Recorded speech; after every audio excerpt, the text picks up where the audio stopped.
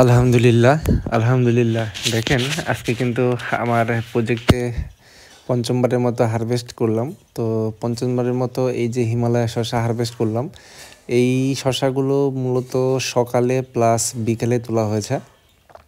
তো কালকে সন্ধ্যার আগ দিয়ে কিছু শসা তুলে আনা হয়েছে এবং আজকে সকালে কিছু শসা তোলা হয়েছে, যার কারণে কিন্তু দেখতে একটু খারাপ লাগছে। কারণ বিকেলে তোলা গেলা কিন্তু একটু কেমন হয়ে গিয়েছে, একটা শুটকি যে একটা নরম নরম ভাব এরকম হয়ে গিয়েছে। আর যেগুলো সকালে তোলা হয়েছে সেগুলো কিন্তু একবারে সুন্দর সতেজ রয়েছে, দেখতে পাচ্ছেন এই যে আমার সামনে।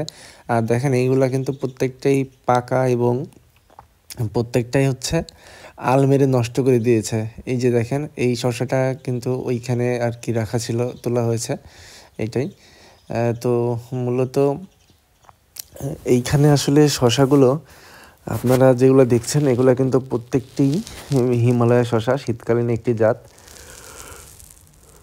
এইটি একটি জমির এবং এখানে আরও আরেকটি জমি রয়েছে, সেই জমির কিন্তু শসা রয়েছে। এখানে আসলে তেমন একটা শসা হয় না, 2-3 কেজি বা 5 কেজির মতো হয়।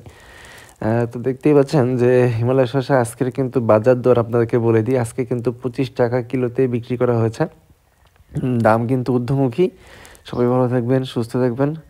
সবাই আমার চ্যানেলটি সাবস্ক্রাইব করবেন। আসসালামু আলাইকুম।